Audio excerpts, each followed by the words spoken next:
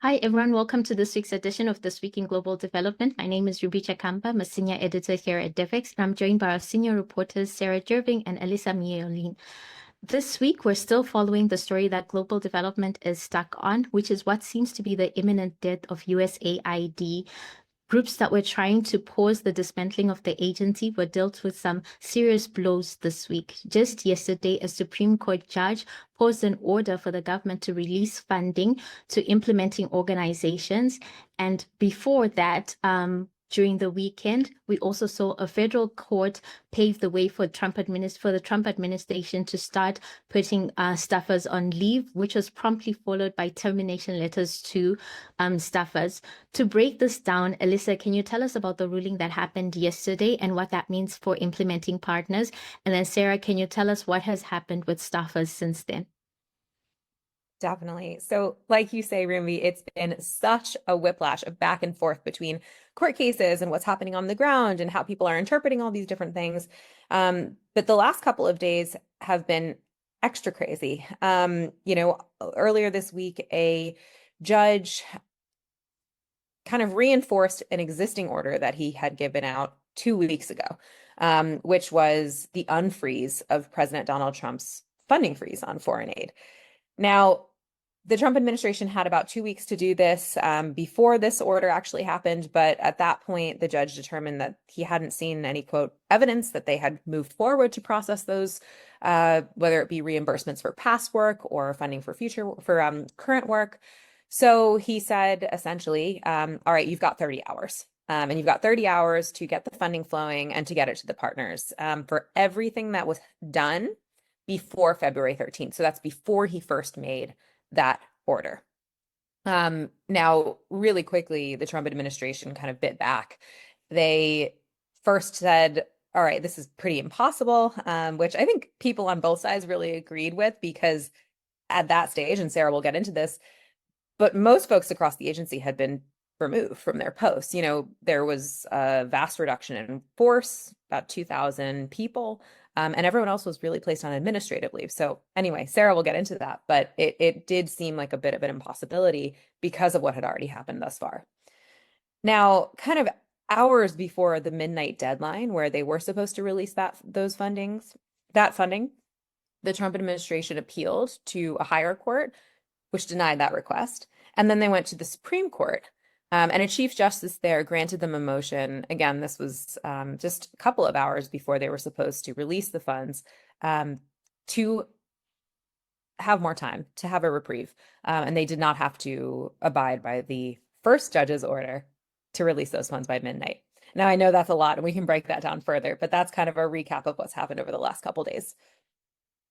And Sarah, Alyssa talked about this massive reduction in staffers at USAID. It seems like there's literally no one left. Can you break that down for us?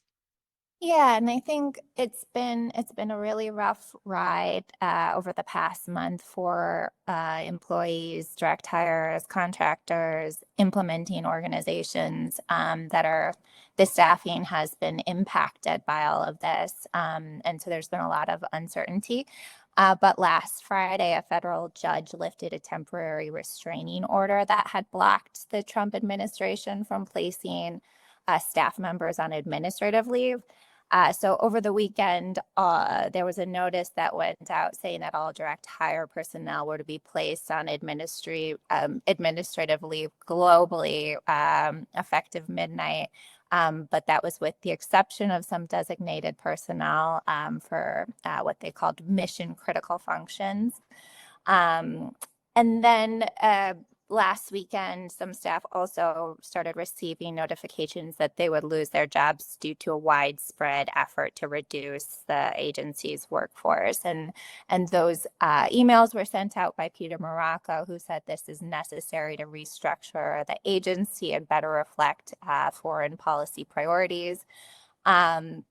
USAID had wrote on its website that this reduction in force will affect approximately 1,600 of personnel stationed in the U.S.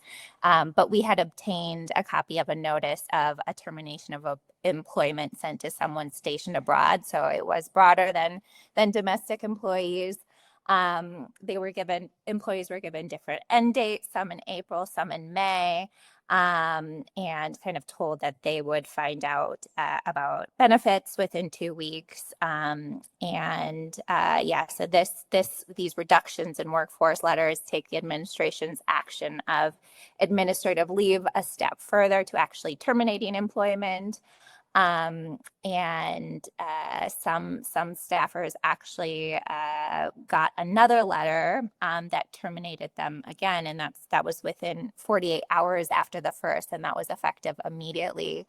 And people that I've spoken to have said that this whole process has been very chaotic and included some staff members receiving termination notices that had inaccurate descriptions of their employee categories.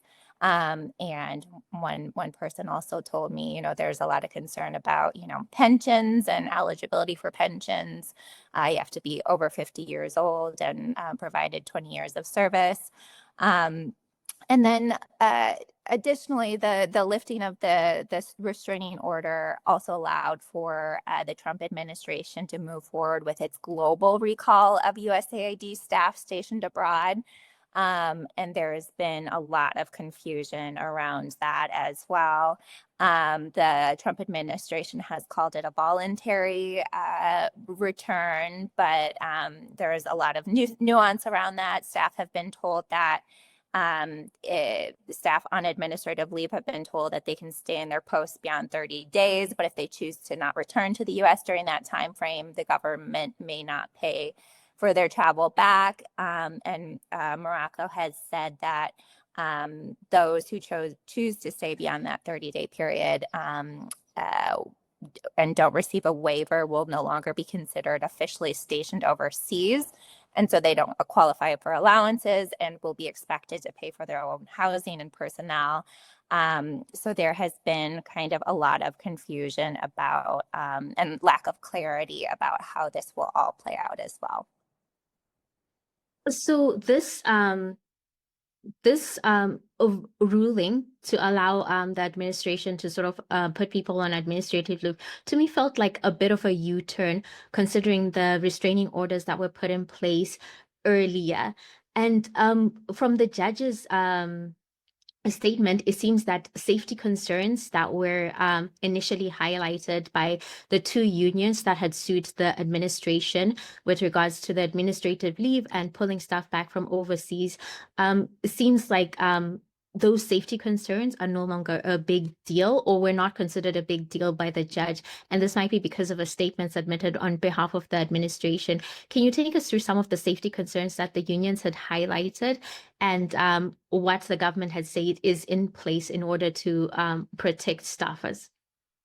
Sure. Yeah. So the American Foreign Service Association had sued the Trump administration, saying that this recall and its chaotic implementation, what they called it, poses a security risk to service members abroad. And some of the examples that they use, so anonymous USAID foreign service officers submitted testimony to the court, and they documented a denial of a medical evacuation for a risky pregnancy, which was eventually a member of Congress intervened, but it was too late at that point because the pregnant individual went into hemorrhage.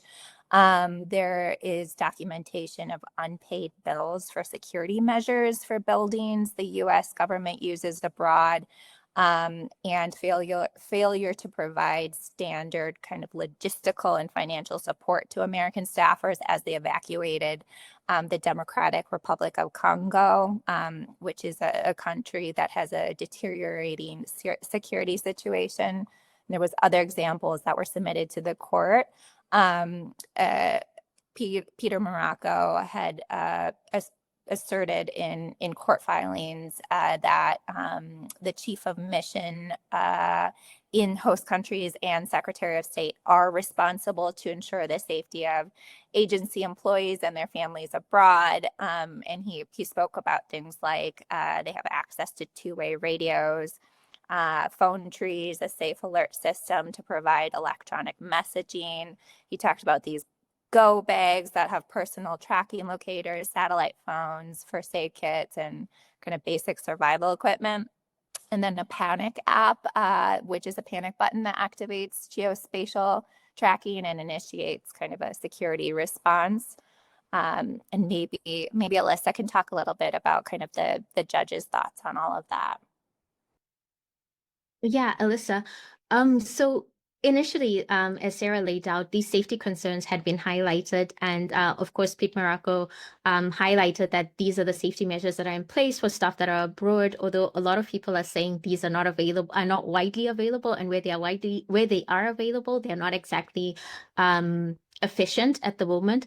Can you lay out a little bit of what the judge's thoughts were in his ruling? Yeah, I think it's really interesting. I mean, Sarah's heard, I've heard, many of our other colleagues have heard stories like this, stories of staff overseas being really confused, not having access to the types of resources that Morocco mentioned in his court filing. The judge seems to have disagreed, though. I mean, I think he felt that what Morocco had laid out, what the Trump administration had laid out, was sufficient enough. And that's kind of where we stand at the moment. Now, as Sarah mentioned, this global recall is happening. So where staff will end up as a result of this, I think people are really worried. I think it remains to be seen exactly how these staff will cope, and how the support systems that they had before will kind of, be there to support them. I mean, a lot of people too, just on the most basic level, are on administrative leave, right? So as Sarah mentioned, we had thought, or at least the kind of statement on the USA.gov website was that the terminations, the leave placements weren't applying to global staff, but we've heard the opposite. That might be a mistake, but regardless, they're locked out of their accounts, they're locked out of their systems, they're locked out of their email. So that access has been severed to kind of a lot of the safety support that they had previously when they were fully employed and fully active at the agency. I think essentially what we're hearing and what I'm gathering from all these rulings and all these actions that are happening is that essentially there is no agency. There's we can still refer to it, but because staffers are on administrative leave and there's no money coming out, there is no agency, which brings me back to the Supreme Court ruling, because even before that happened, the Trump administration had actually started canceling contracts. We're hearing that they've canceled almost 10,000 contracts, leaving very few. I think it's around 500 contracts under USAID. What does that exactly mean, and what are we hearing has been canceled? Yeah, so it's pretty huge news. I mean, we're hearing from organizations that received dozens of termination letters yesterday. This is the vast majority for a lot of organizations of the work that they support and do. If you think about 500 awards left out of a grand total of, there were 5,800 terminated at USAID alone. The remaining to make up that 10,000 came from the State Department. But if we look at just USAID, that's over 90% of the agency's awards. Now, what that means, we're hearing that a lot of programs that previously had been given waivers for life-saving humanitarian aid, which is something that many lawmakers have kind of repeatedly said, well, we've done this, and there's this exemption for life-saving humanitarian aid. We know through our reporting that that hasn't worked out exactly as kind of has been described on Capitol Hill. It's been a messy process even before this week, of organizations not getting funding to deliver that life-saving aid. But now even those programs that have been exempted are cut. Now that includes PEPFAR programs. I'll give you one example. I spoke to an organization in South Sudan last week. Now, I'll just remind you, this is before the mass amount of terminations, but this was a program that was specifically providing ARVs to 1,000, give or take, active patients, and then prevention for another 9,000 terminated. So those people can't get access to their ARVs, even though this is, kind of the definition of what a life-saving program would be. Lots of other programs that we're hearing have been cut. And again, I think this just feeds into a little bit too of the chaos that Sarah was describing. Organizations have gotten multiple termination letters. So it's very unclear exactly, how this process played out with the administration and how they reviewed each contract. We had previously reported on what we knew about the 90-day review, and a lot of that came from a lot of the court filings and documents. And that process that the State Department had said that they would go through would be several months long. It would be finished on April 19th. It would take input from organizations. It would take input from implementing partners. Even diplomats were at their first listening session, so foreign governments. But over the past several days, the Trump administration has said that Rubio himself, the Secretary of State, has individually reviewed all of these programs and made determinations. So it seems that actually that review process has finished. And we're still waiting to kind of get some answers and clarity on what happened to the original plan for that 90-day review. That's super interesting because I remember the last time I was on This Week in Global Development, which was like probably 2 weeks ago, which shows you how fast everything is moving. I was questioning whether 90 days is enough to do a proper comprehensive review of all the programs associated with USAID. And if we're saying it's done in this short amount of time and the consultations and everything else that was laid out does not seem, by all accounts, to have been done, it's really questionable on for people to understand what kind of programs are in line with this administration's foreign aid policy. And I think one thing that we're beginning to see a lot of, as you alluded to, you spoke to an organization that provides HIV services. We had a colleague who is in Uganda, Andrew Green. He also spoke to organizations providing HIV services, and they were basically saying everything that's associated with prevention has stopped. We're able to give out ARVs, but there's confusion amongst that. Our colleague Tanya Karas also did a story on malnutrition services, and there was a waiver for RUTF, which is this sort of paste that we give to malnourished children, and there was a waiver for that to supply that. But there was an instance where there's a factory that is holding boxes of this life-saving aid, and basically they don't have an order to open the factory. So you're allowed to distribute this life-saving aid, but it's locked away in this factory, and they're awaiting an order to open this factory, which has resulted in so much chaos. And I think we're going to begin to see the effects on recipients as well as we're seeing the effects on staffers as well as implementers. Speaking of staffers, Sarah, I know you've given us some of the stories around staffers and how they've sort of been affected, like people who are stationed abroad and how they have to have so many considerations in order for them to come back home, not knowing whether the government will actually pay for them if they have to stay longer in their station, which they might have to because of commitments. But also, we also had a story on staffers who are based in Washington, D.C., who are working from the headquarters of USAID, which has now been closed. Name has been taken down, and they were basically told this week that they can come and collect their personal belongings. Can you take us through what that memo actually said and what was expected of them?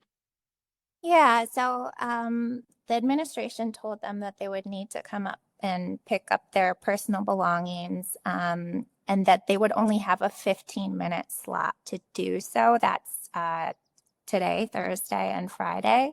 So each bureau and office was given a designated 15-minute slot for individuals to do this. And they were told to bring their own boxes and tape, and that they would not be reimbursed for their transport to headquarters or parking costs. They were told that if they arrive early, they won't be granted entry. They were told that they'd be escorted to their personal workspaces, and they were also told that they still need to ensure proper records management practices, which includes, the proper disposing of government records. So people I spoke to about this found this, a very unceremonious end to the careers of people who have worked, sometimes decades at the agency. I talked to one individual who said, 15 minutes is nowhere near long enough to pack up over a decade of work with the agency and, shred and destroy documents as needed.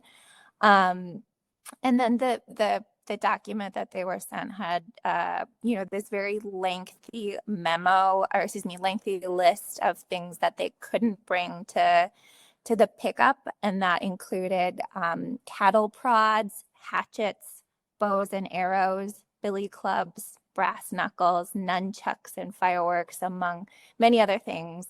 So people I spoke to were very unclear as to why the government had found that necessary to include that long list of things that they couldn't bring to the pickup of their personal belongings. So I was shocked by so many things included in that memo, but I can actually imagine for someone who's been with the agency, like you said, some people had been with the agency for 20, 30 years, receiving this and how they would feel. Alyssa, you're in DC. What are you hearing from staffers, former staffers, who have to contend with this situation? I think it's been really tough to hear folks contend with it. As you said, Rumbi, checking in with people and just saying like, kind of, how's it going today? What's the latest? How are you hearing? And I've had folks just say like, I've had a migraine for 2 weeks. I don't know what to do. I just want them to let me know if they want me or not after spending decades of my career here. It's one, that people are being terminated, and it's two, that many people are still on admin leave and they know that they will be terminated. So I think that there's the mental anguish of not knowing where your role is going, what your job is going, where your career will head. There's another level and layer, which is the fear for the programs, I think, that a lot of these folks were working on. Or people telling me they had, for example, emergency food assistance that they needed to get out, covered by the life-saving waivers, and they couldn't get into their accounts. They're on admin leave, and even before they were placed on admin leave, they couldn't get into the systems to process funds. So I think there's a layer of frustration and sadness with programs that they've worked to make happen and to program money for. And then the third layer that I would also add to it is the fact that this is not just USAID. As we've already talked about in this conversation, this is affecting organizations across the world. So you have highly experienced and skilled professionals leaving USAID and looking to kind of what's next in the international development sector, and everyone's dealing with it. We're hearing layoffs. We started to track a number of layoffs and furloughs that we've been hearing about, but organizations that have laid off as many as 95% of their US-based staff, 100% of their US-based staff, even some of the largest organizations have laid off hundreds of people. So where do these USAID staffers go after they're pulled from the agency that they were working at? We've seen also letters earlier this month from the federal government and from the Office of Personnel Management saying, we encourage people to get a job in the private sector. It's way more productive, essentially. Now, will they go to the private sector? I think that people are on a precipice of not just losing their job, but losing their industry too. If I could just add to that, I think like just kind of looking at the city of Washington, D.C. too, it's now kind of, it's been completely saturated by unemployed development professionals, and the jobs are not there. And there's people that have commitments to the city, their kids are in school. They have mortgages that they have, or like rents that they're committed to. So it's just, people don't have like easy options to move across the country or across the world for another job. And to just kind of also talk about those individuals abroad. One story that I heard this week was that the USAID finance team has called the case I heard about called the school of a USAID foreign service officer, asking if the school will refund the tuition that's already been paid. And this is for a special needs child. And it's just, like people are not even kind of given that time and space necessarily to, finish out semesters or make plans. Yeah, which is really tough because I know for people living abroad, it seems like you're moving for work, but it's an entire family that has moved, and it's an entire life that you've built in this country. And expecting someone to leave within 30 days sounds like a really tough call. I know, like where I'm stationed in Botswana, it would take at least 3 months for you to finish a school term. So and schools would expect you to pay the fee for that 3 months, and as well as like leaving arrangements, you wouldn't be able to just up and leave. I have to give notices, you have to make payments, and probably losing security deposits, etc. But Alyssa, you alluded to something that I think is really important, that it's not just people losing their jobs, it's people looking at their sector literally being destroyed. And I think one thing that people are constantly highlighting is it's not a light switch. We can't get a court order or get a reprieve and switch everything back on. As it is right now, systems are being destroyed. Implementers are probably going to shut down as a result of this, and it's really going to have such a lasting impact on the aid sector. But one question I've always had around this is why? Why is this happening, and what's the sort of thinking behind this, and what's the sort of thinking of doing it in this manner? I understand that a review was probably necessary. There is a change in administration and there'll be a change of priorities, and a review is standard in that sense. But I think a lot of people are asking why it had to be done this way. And we're beginning to get some answers from court filings. Alyssa, you had a story sort of explaining why the Trump administration is saying that it's necessary to have these blanket layoffs and to have this blanket freeze on aid. Can you take us through some of the points that they raised? Yeah, so I think that there's a couple of things. The first is that there's distrust, I think, from folks like Peter Morocco, other Republican lawmakers. And it's interesting because for a long time, foreign aid and foreign assistance was quite a bipartisan topic, but that's really changed over the last several years. We just published earlier this week kind of a fact check, so I would encourage people to check that out. It was by our colleague Jesse, that kind of looks at a number of the claims that are making against USAID, a lot of which are either inaccurate or were actually State Department programs.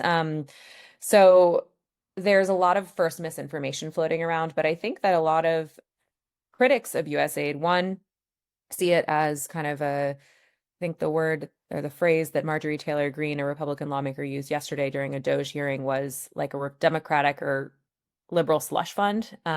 So kind of a way in which they view the Democratic Party as like pushing their ideals or ideologies across the globe. There's another important piece, which is that Morocco has repeatedly accused USAID staff of non-compliance. I think the words he used in a recent court filing were deceit, insubordination, basically accusing staff of not going along with President Trump's order to freeze funding.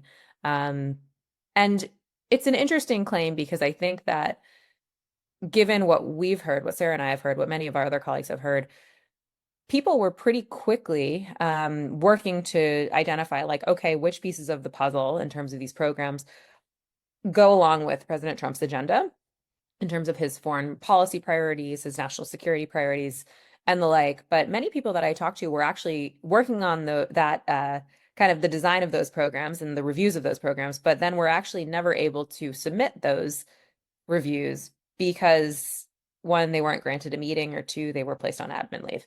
So it's a lot of internal back and forth between kind of what the different sides are saying in terms of we were ready, we were working on the review. We actually expected a review because it happens every single presidential administration.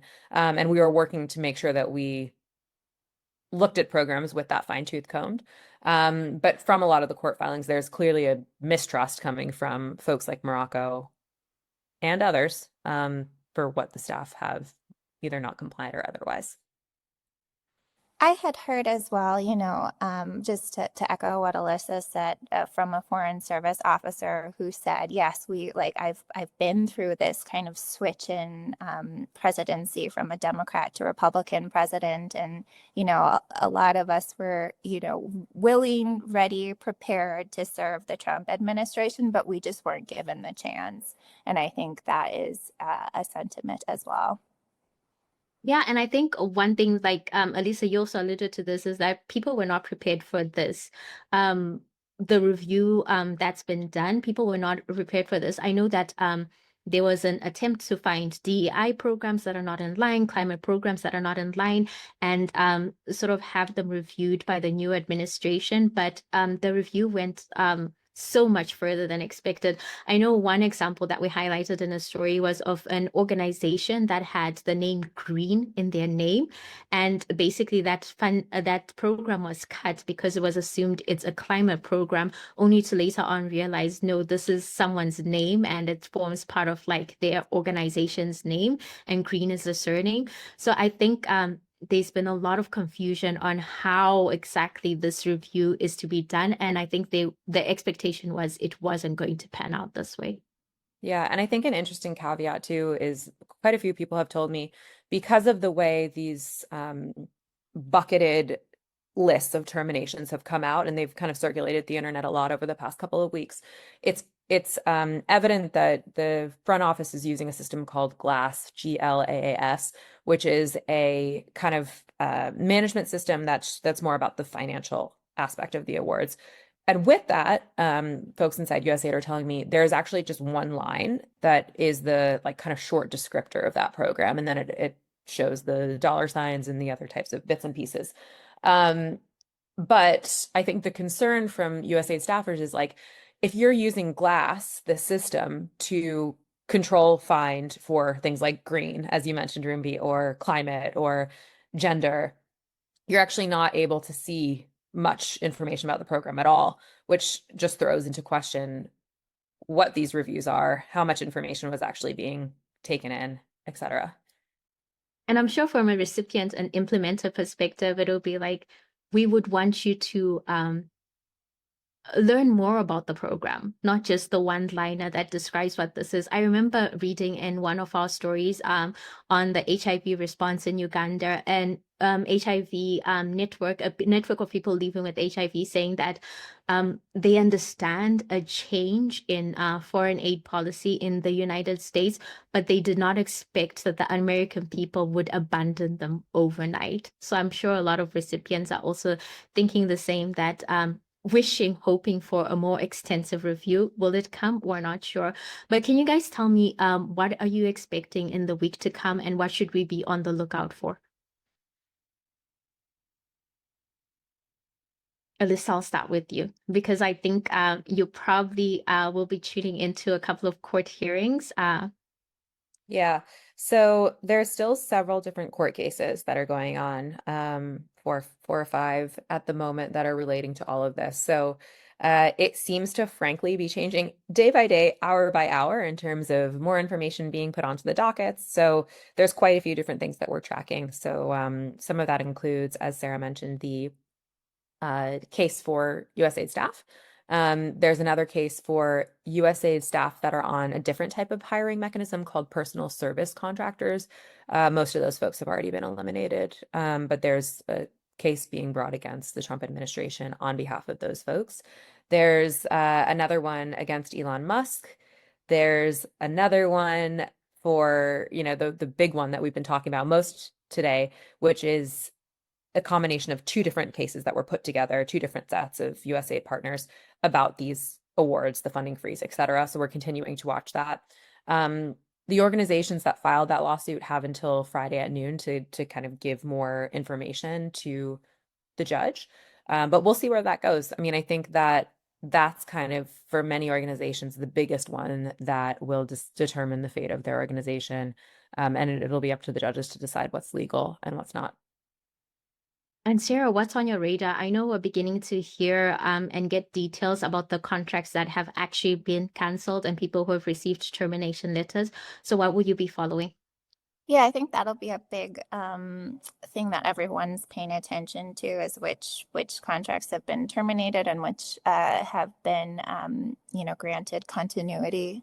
I think also there's going to be, hopefully, I think the USAID staffers abroad are hoping to get more clarity on the recall in the coming weeks. So we'll be paying attention to that. I know personnel that were part of the workforce reduction and then the subsequent immediate termination are going to get more information about, whether they have certain benefits, that's something we'll pay attention to. I'll be heading to Kigali this weekend for the AMREF's AMREF Health Africa's flagship conference. So I'll be getting more information about how implementers are impacted and kind of which programs are impacted in the health space on the continent. Thank you both so much. We'll definitely be on the lookout for that. And for our listeners, in addition to this podcast, we also have pro briefings where we actually have legal experts as well as people from government or people who've previously been part of the first Trump administration who are able to break down everything that's happening and kind of give us insights into what might be driving this. So if you haven't, please do sign up for Devex Pro and you'll be able to access those. But thank you so much for joining us.